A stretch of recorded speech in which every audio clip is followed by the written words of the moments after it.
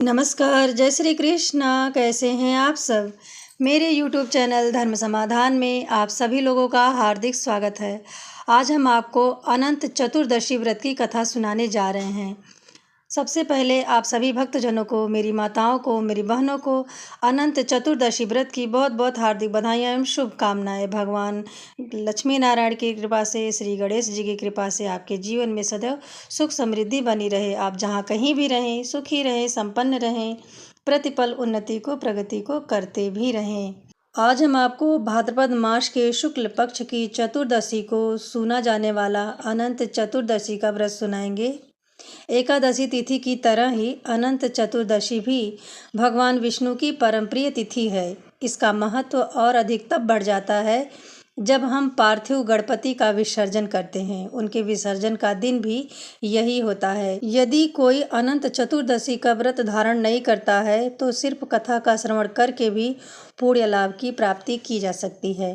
कथा सुनने से पहले हमें भगवान की स्तुति करनी चाहिए। आप हाथ जोड़कर कहें, शांताकारं भुजंगशयनं पद्मनाभं सुरेशं विश्वाधारं गगनसदृशं मेघवर्णं शुभांगं लक्ष्मीकान्तं कमलनयनं योगिभिर्ध्यानगम्यं वन्दे विष्णु भवभयहरणं सर्वलोक एकनाथम्।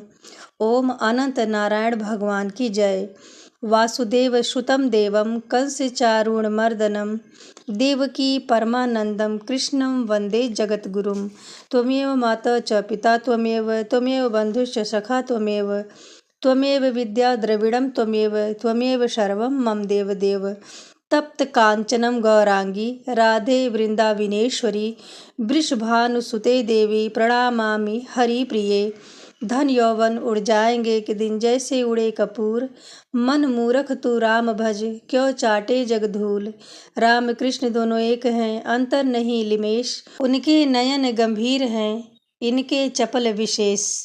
कस्तूरी तिलकम ललाट पटले वक्षस्थले कौस्तुभम नासाग्रे वरमौक्तिकं करतले वेणुकरे कंकणं सर्वांगे हरिचंदनं सुललितं कंठे च मुक्तावली। गोपस्त्री परिवेष्टितो विजयते गोपालचूड़ामणि गोपस्त्री परिवेष्टितो विजयते गोपालचूड़ामणि। ओम अनंत नारायण भगवान की जय।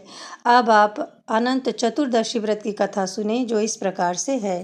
कथा सुनने से पहले आपको अपने हाथ में फूल और तिल ले लेना चाहिए, क्योंकि कभी भी खाली हाथ हमें कथा नहीं सुननी चाहिए। एक बार राजा युधिष्ठिर ने राजसूय यज्ञ किया। उस समय यज्ञ मंडप का निर्माण बहुत ही सुंदर था, साथ ही साथ अद्भुत भी। यह यज्ञ मंडप इतना मनोरम था कि जल और थल की भिन्नता प्रतीत ही नहीं होती थी।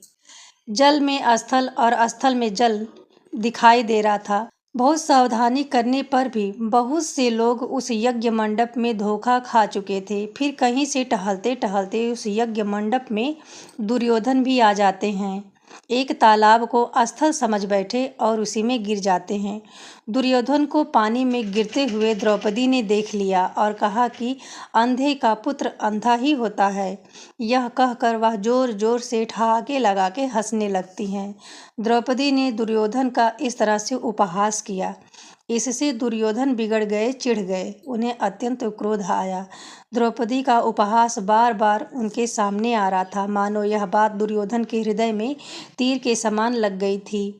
उसके मन में पांडवों के प्रति द्वेष उत्पन्न हो गया और उसने पांडवों से बदला लेने की योजना बनाई। उसके मस्तिष्क में उस अपमान का बदला लेने का विचार आने लगा। उसने बदला लेने के लिए पांडवों को द्रुत क्रीड़ा का निमंत्रण हस्तिनापुर से भेजा। फिर मामा शकुनी की कुटिल नीति के कारण पांडव पराजित हो जाते हैं और उन्हें 12 वर्षों का वनवास और 1 वर्ष का अज्ञातवास भोगने को वन में जाना पड़ता है। वन में रहते हुए पांडव अनेक प्रकार के कष्ट भोग रहे थे। तब भगवान श्री कृष्ण उनसे मिलने वन में जाते हैं और उनका सुख दुख पूछते हैं। तब युधिष्ठिर ने उनसे अपना दुख कहा और उससे दूर होने के उपाय भी पूछे। तब योगेश्वर श्री कृष्ण ने युधिष्ठिर से कहा, तुम विधि पूर्वक अनंत चतुर्दशी के दिन अनंत भगवान की पूजा करो, व्रत उपवास रखो। इस व्रत को रखने से तुम्हारा सारा कष्ट दूर हो जाएगा और तुम्हारा खोया हुआ राज्य तुम्हें पुनः प्राप्त भी हो जाएगा। इस संबंध में भगवान श्री कृष्ण उन्हें एक कथा सुनाते हैं। प्राचीन काल में सुमंत नाम का एक नेक तपस्वी ब्राह्मण था। उसकी पत्नी का नाम दीक्षा था। उसकी एक परम सुंदरी, धर्मपरायण तथा ज्योतिर्मयी कन्या थी जिसका नाम सुशीला था। सुशीला जब बड़ी हुई तो उनकी माता दीक्षा की मृत्यु हो जाती है। माता की मृत्यु हो जाने के कारण सुमंत, जो सुशीला के पिता थे, उसने दूसरा विवाह किया। उस महिला का नाम कर्कशा था। दूसरा विवाह होने के कारण महिला सुशीला को स्नेह प्रेम नहीं करती थी। यह देखकर सुमंत ने अपनी पुत्री सुशीला का विवाह ब्राह्मण ऋषि कौंडिन्य के साथ कर दिया।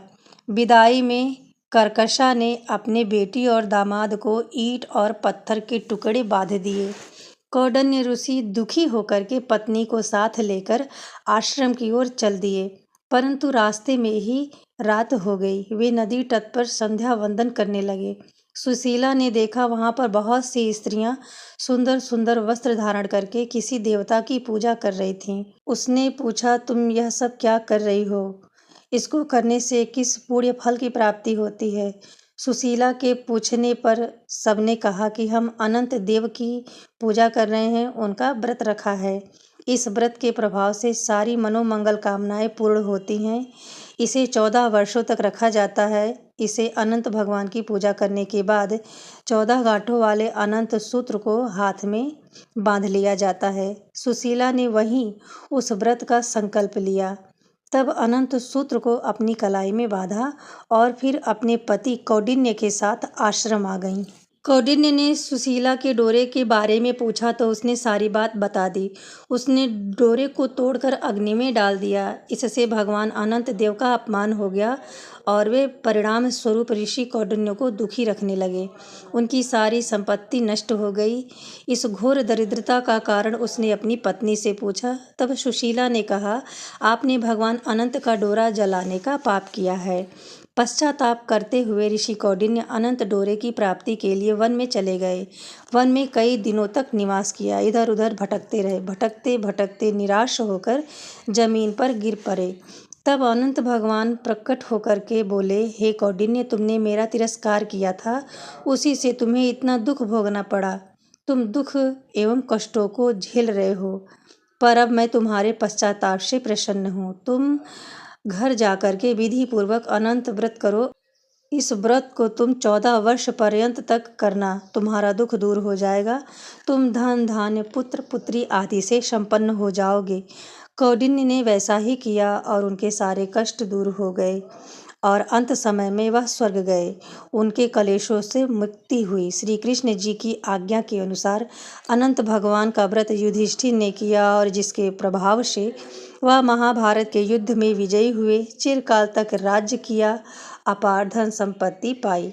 आज हमने आपको इस वीडियो में अनंत चतुर्दशी व्रत की कथा सुनाने का प्रयत्न किया है। आप सभी भक्तजनों को, मेरी माताओं को, मेरी बहनों को अनंत चतुर्दशी व्रत की बहुत बहुत हार्दिक बधाइयाँ एवं शुभकामनाएं। भगवान लक्ष्मी नारायण की कृपा से, श्री गणेश जी की कृपा से आपके जीवन में सदैव सुख समृद्धि बनी रहे। आप जहाँ कहीं भी रहें, सुखी रहें, संपन्न रहें, प्रतिपल उन्नति को, प्रगति को करते भी रहें। आज हम आपको भाद्रपद मास के शुक्ल पक्ष की चतुर्दशी को सुना जाने वाला अनंत चतुर्दशी का व्रत सुनाएंगे। एकादशी तिथि की तरह ही अनंत चतुर्दशी भी भगवान विष्णु की परम प्रिय तिथि है। इसका महत्व और अधिक तब बढ़ जाता है जब हम पार्थिव गणपति का विसर्जन करते हैं। उनके विसर्जन का दिन भी यही होता है, इसलिए यह परम पावन तिथि विशेष होती है। अनंत चतुर्दशी के दिन भगवान नारायण का पूजन करके अनंत गुना पुण्य फल की प्राप्ति की जाती है। इस व्रत को करने से, दान करने से, भजन करने से भक्तजनों को, माताओं को, बहनों को अत्यंत पुण्य फल की प्राप्ति होती है। धन, सुख, समृद्धि, संतान, मनोवांछित कामनाएं पूर्ण होती हैं। 14 गांठों वाला अनंत सूत्र धारण करने से भगवान श्री हरि विष्णु की विशेष कृपा ऐसे भक्तों पे बनती है। यदि कोई अनंत चतुर्दशी का व्रत धारण नहीं करता है तो सिर्फ कथा का श्रवण करके भी पुण्य लाभ की प्राप्ति की जा सकती है। कथा सुनने से पहले हमें भगवान की स्तुति करनी चाहिए। आज हमने आपको अनंत चतुर्दशी व्रत की कथा सुनाने का प्रयत्न किया है। यदि इस कथा को सुन के आप जरा सा लाभान्वित होते हैं तो कमेंट बॉक्स में ओम अनंत देवाय नमः या जय श्री हरि विष्णु का नाम जरूर कमेंट करें। वीडियो को लाइक ज़रूर करें। इस वीडियो से संबंधित यदि आपका कोई प्रश्न है तो आप कमेंट करके पूछ सकते हैं। मिलते हैं अगले वीडियो में ऐसी ही किसी महत्वपूर्ण जानकारी के साथ। तब तक के लिए नमस्ते।